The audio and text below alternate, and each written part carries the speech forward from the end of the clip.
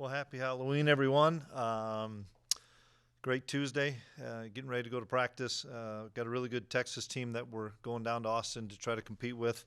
I think they're playing really well. I know that they had their quarterback injured maybe a week or so ago, but they're playing at a really high level. They are really physical up front, both sides of the line of scrimmage.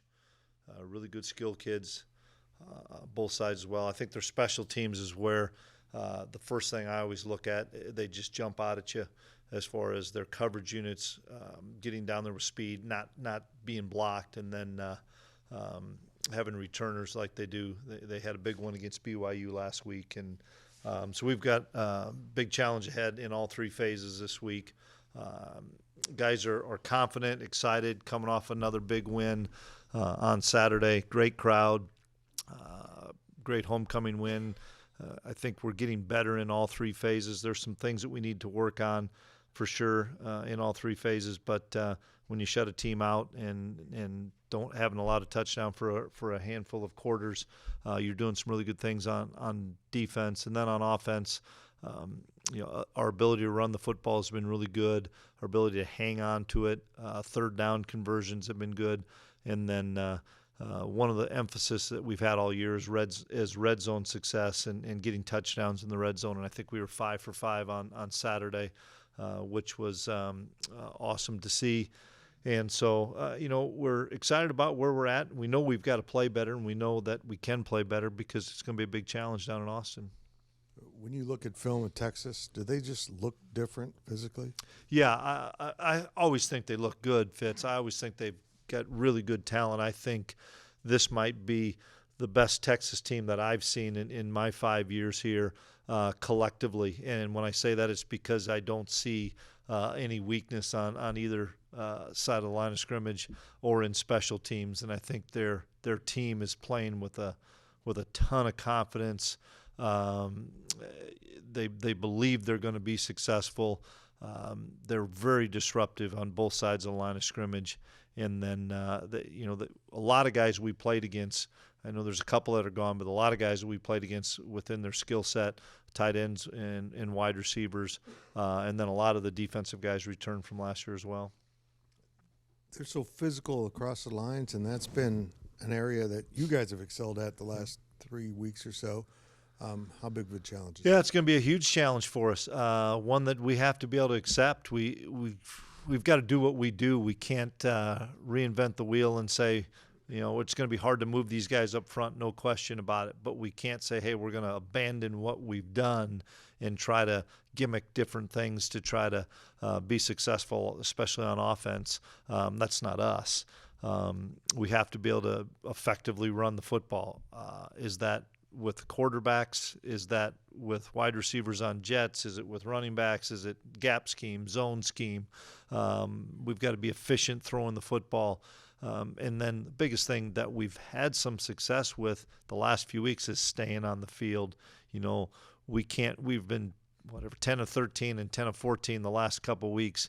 We can't afford to be 3 of 13 and 3 of 14, or it's going to be a long day for us. Finally, for me, how good has Avery Johnson's emergence been for Will Howard? I think it's been good for Will. It's been good for our whole team. I'm excited to see how Avery's grown throughout this season. I think it's helped Will bounce ideas off of. I told you guys on Saturday, I think I've seen Will play a lot of really good football here, and I saw him play, I thought, one of the most complete games he's played. Now, he won a Big 12 championship, played really good in that game, but I just thought from start to finish, just being in control, being in command, having confidence, being on point, throwing the football, running the ball with authority, I thought he played one of his best games here. With one quarterback against Tech, it was split right down the middle against TCU, and then the other one last week against Houston. Yep. As a defensive coach, how tough is that to prepare for when you probably don't know what's coming? Yeah, as I look at it, I think it's difficult to prepare for, but in the same respect, I don't know if our offense changes. Maybe the emphasis of some of our plays potentially change, but it's not like we're going away from what we do with our run game, running some gap scheme and zone scheme. I think two things that have helped us. One, Will is really running the ball well, and Avery's made some big-time throws, which helps maybe throw off maybe what people think we're going to do. I thought Avery made as good a play as I've seen a quarterback, especially a young guy, make when he found Swanson on a third down where it looked like he could tuck it and run and kept his eyes downfield. That's hard to do, and that was a big-time play that I know he's going to grow and learn from and see that and realize what an impactful play that was. But both guys have a really good skill set, and both guys can continue to help lead our offense. I know it's probably multiple things, but is there something you attribute this defensive improvement to? It is multiple things. We're playing team defense the last handful of weeks, and we're matching the secondary with our front seven or front eight as far as how we're playing. And being on the same page, we're not giving up as many explosive plays. We're tackling better across the board. We've simplified some things in the secondary, especially. Kobe Savage and VJ Payne are playing at a high level. Being that we changed their position, I think that really benefited both guys. The emergence of Will Lee helped us last week to have another corner out there that can do some things. But this is going to be a big-time challenge this week because it's not like you're not going to make Texas one-dimensional. We've been able to make a few teams one-dimensional. We're not going to be able to do that. So we have to be really good at being able to control some of the run game, and we absolutely have to take away their shot plays because they're extremely talented at the receiver and tight end position, and they're getting behind everybody. So we have to do a great job of keeping the plays in front of us and making some plays on the football, and then trying to eliminate maybe the explosive run. They're going to get some runs on us. We just got to be able to eliminate the explosive ones. Yeah, Coach, you've touched on this, but strength on strength, how vital is it for your run game to be able to get yards when Texas knows you're going to run it? It's huge, and it sets up everything else, whether that's third down and manageable and not third and long, to time of possession, to getting the play count up, to hopefully keeping their offense on the sideline.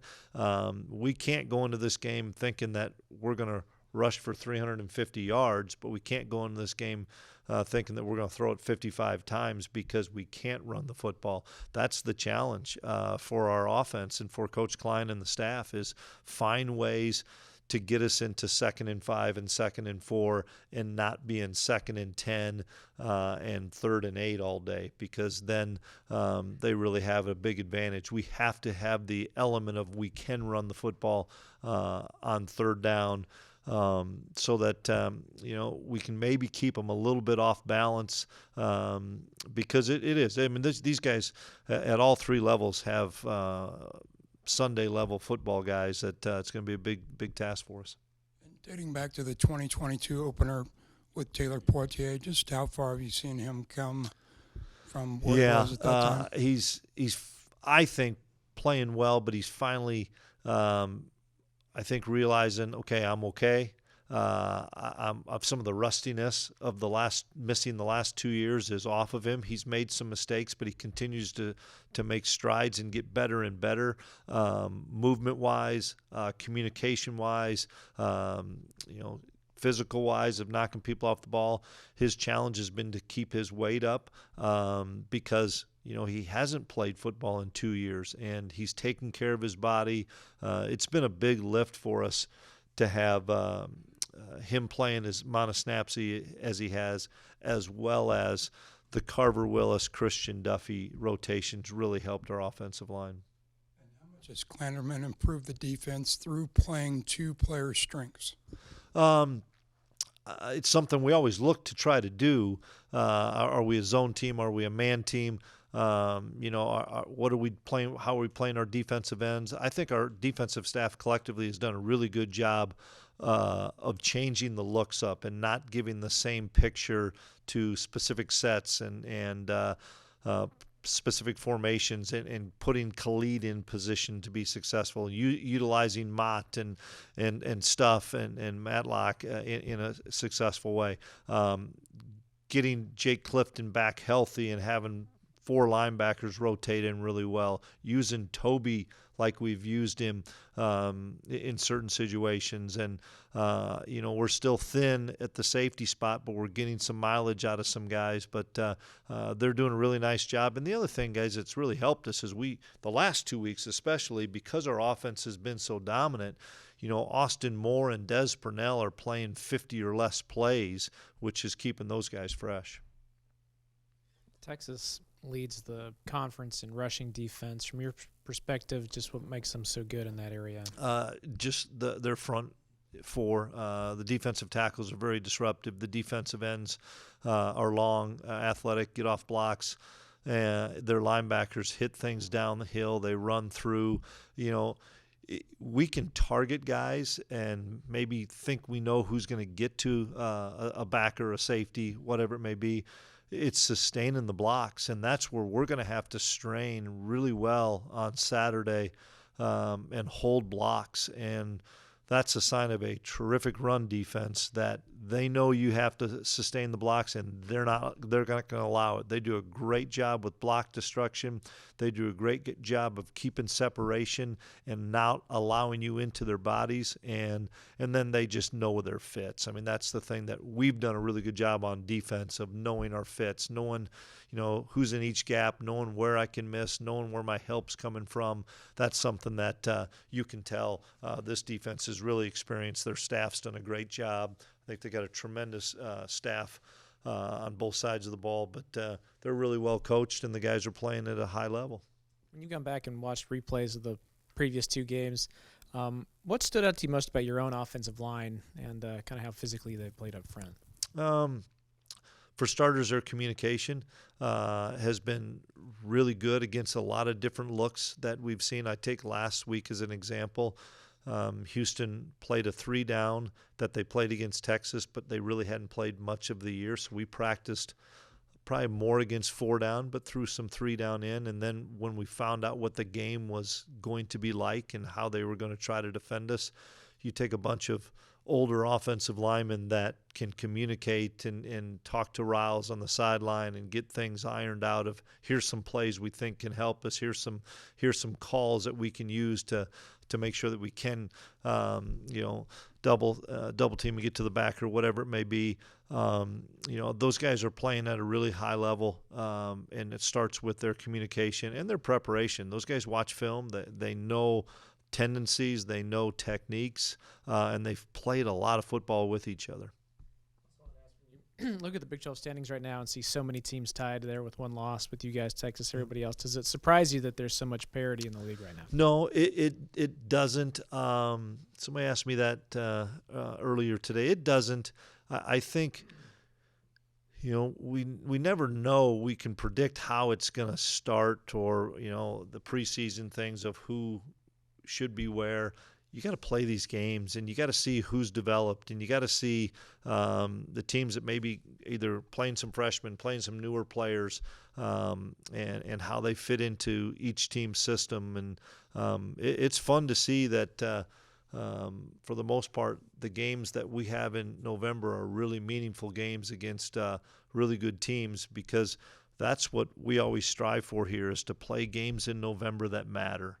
And we've been fortunate. We've been able to do that the last couple of years and this year as well, that these games are going to have an impact, whether it's on the standings, our ability to continue on and have a chance to play in December at AT&T, or if nothing else, continue to improve our spot in bowl prep. How much was just getting 1 game of film on Malik Murphy helpful as far as kind of comparing? You'd like to have more. You'd like to have a bigger sample size for sure. I think they did some things with him to try to get him going early in throwing the football.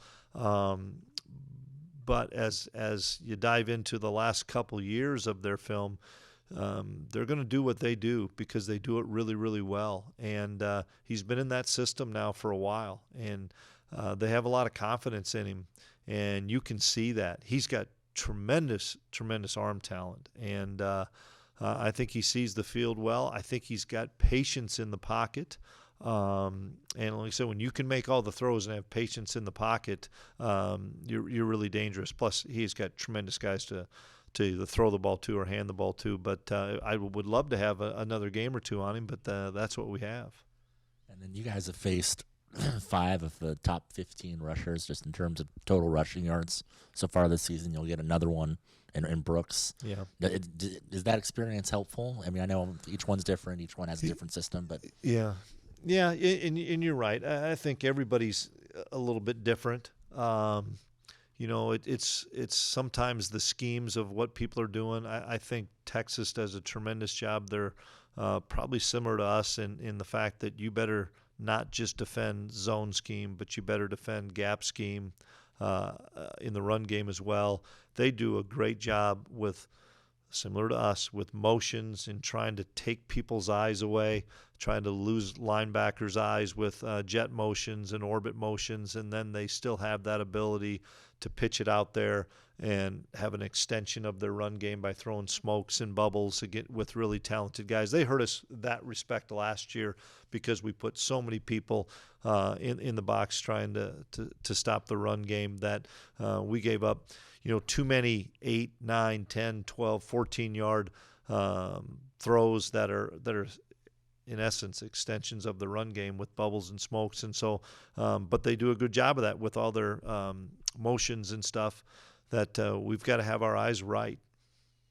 And then with the decision to swap Kobe and VJ a couple weeks ago, Yep. can you go into a little bit more kind of what went into making that decision, and then how has it shown on the field that it has worked out so well? Well, Coach Klieman does such a great job of explaining all 3 safety spots to the guys all the time, and he meets with all 3 safety spots so they all know each other's job for the most part and know the calls, and there's a ton of continuity. VJ played a bunch of strong safety last year, so it wasn't foreign to him to move outside. Kobe missed most of spring ball with his injury, but we put him at the spot he's playing through spring ball, through all the walkthroughs, so it wasn't totally foreign to those guys. And it was collective effort by us, myself, and the defensive staff to say, hey, let's make this switch for a variety of reasons. But one, to make sure that we get the most out of both guys, and I think both guys have really responded well to that change. And yeah, it took a couple games for them to get comfortable, but now I think they're both playing really good football. I believe heading into this game, it's your first opponent that's ranked in the top 25, but based on where your team is at right now, how well you're playing, having the biggest challenge of the season so far, is this the right time to have this kind of game? Yeah, I don't know if there's a right time, wrong time to have any of these games. I don't pay attention to rankings and stuff. I really don't. I know this. Our backs were against the wall when we left Stillwater 3 weeks ago, and we challenged the guys. More importantly, the guys challenged each other that we can play much better football than we had been, and for us to right the ship, so to speak, or to leave a legacy for what the 2023 team has a chance to be, we needed to improve and get our focus, get our mentality, get our edge back, all those things. And I just can't tell you how happy I am for the players, especially those seniors, that they've responded the way they have. And it really started when we got down in the third quarter against Texas Tech, and nobody flinched. Texas Tech, I still think, is a really good football team, and especially at home. And we were ahead and then down in that third quarter. And from that time on, I could see the confidence grow with the guys and the belief grow with the guys, and that we've kind of carried that over since then. So I don't know the timing of games. You just know the schedule, and this happens to be November football, and it's a pretty big game.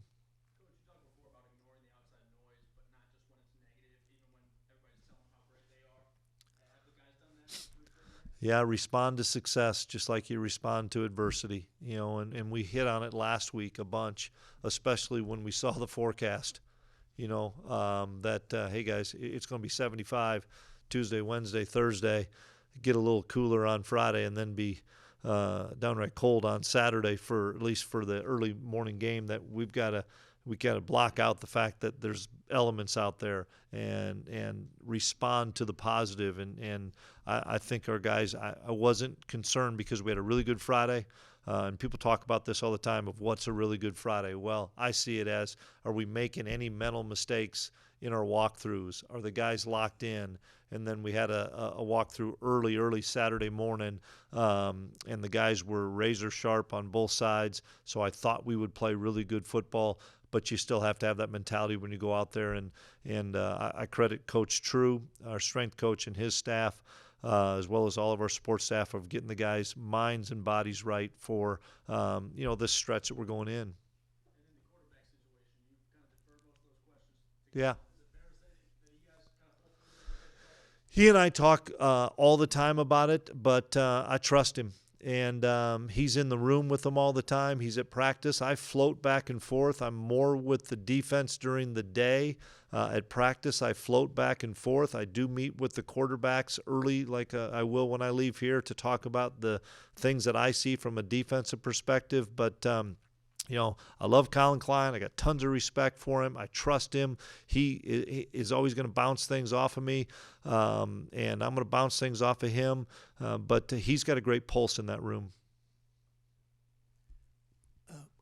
As far as Brooks, what makes him so tough? It seems like they just have somebody like that every year. Yeah, and they've got more behind him. So I think he's got great contact balance for starters. He runs through arm tackles. He's got really good vision, and let's be honest, they're really good up front. It's one of the reasons that DJ and Trayshawn run the ball well. That we're really good up front, and that's where it starts. And I think any back would tell you, I can't make them all miss or break all the tackles. I've got to have some guys up front, and they've got a really good offensive line as well. Christian Duffy made his first start, I think, last week. Has it taken him a while to get, stamina or just I think so. off? Duff's, we kind of eased him back into some things, and with the injury that he suffered, we didn't think he was going to be a 75 play game guy this whole year. We just and so that's why the emergence of Carver was so important, so that we can keep a fresh Christian Duffy out there for, I don't know if it was 40 or 48 or 50 snaps last week, and maybe there's a game where it's 35. But the emergence of Carver Willis has really helped Duff be able to not have to play 70, 80 plays and be able to split those snaps, and I think it's made them both better. What can you say about the season that Kobe's having? But Kobe Savage, he's had a really good season. I think he's finally starting to play the way he knows he can play. It's hard coming off the injury that he did and miss all the spring ball and miss some of the summer stuff. I know he's got high expectations of himself. And I finally see him feeling comfortable, not just the position move, but with his body. And, we still got a lot of football left. And I thought Kobe's played really well the last handful of weeks, and I still see his best football this year in front of him. He's a guy from Paris, Texas. He goes to Tyler Junior College. Yep. Isn't heavily recruited. He's got a chip on his shoulder. He talks about it a lot. He's got a chip on his shoulder, and that's what you love about Kobe. And I love that story about him, but more importantly, how he shares that story with a lot of guys on the team. You better have a chip on your shoulder, and you better have an edge. And when I talk about that as a collective team of, hey man, we got to play with an edge, and we've got to play with a chip on our shoulder. We got to play with that underdog mentality. He's a guy that's lived it. And he's a guy that never wants anybody to feel sorry for themselves or never wants anybody to feel like they've arrived, because he plays every day like this is his last day of football. Coach, a couple questions. First, with Worthy and Mitchell, athletically it's obvious, but what else about how they play separates them from a lot of guys? They've got experience for starters, and they utilize those guys so well and so unique in whether it's extended splits, nasty splits, motions, all the different formations that they get into, and sometimes they're the best clear out guys there are. because they're setting something up, whether it's for the tight end or for a running back, or just pulling people out of the run fit because of their ability to get downfield. And and then Worthy has the huge punt return last week that we've got to do a phenomenal job with our protection for starters, because they block punts this year, and then being able to stack guys, not get blocked at the line of scrimmage, which is a challenge. Jack's got to punt the ball really well, and we've got to keep the ball inside and in front and try to corral him. Mizzou and Stillwater, you referenced it, and then maybe turn the corner a bit at Lubbock, but now you're playing in front of 100,000. Is the environment thing, are you past being concerned about that, or no? Oh no, you're never past it. You're working it all the time. And Mondays we typically don't have a lot of noise at practice because it's a lot of new stuff in the game plan. Colin will start putting some of that stuff in today, and then we'll have a heavy day of it Wednesday and Thursday, because it's going to be really loud down there. I know that, and Colin knows it, and Will knows it. The offense knows it, and we'll crank it up in the indoor quite a bit here in these next few days, so that we can work a number of different snap counts and cadences, because it's a big advantage when the defense can see that ball and roll, and it's hard to get people on double cadences and stuff because of the inflection of voices you can't hear, and so it's definitely something that concerns us, concerns me, and we're going to work on it every day this week.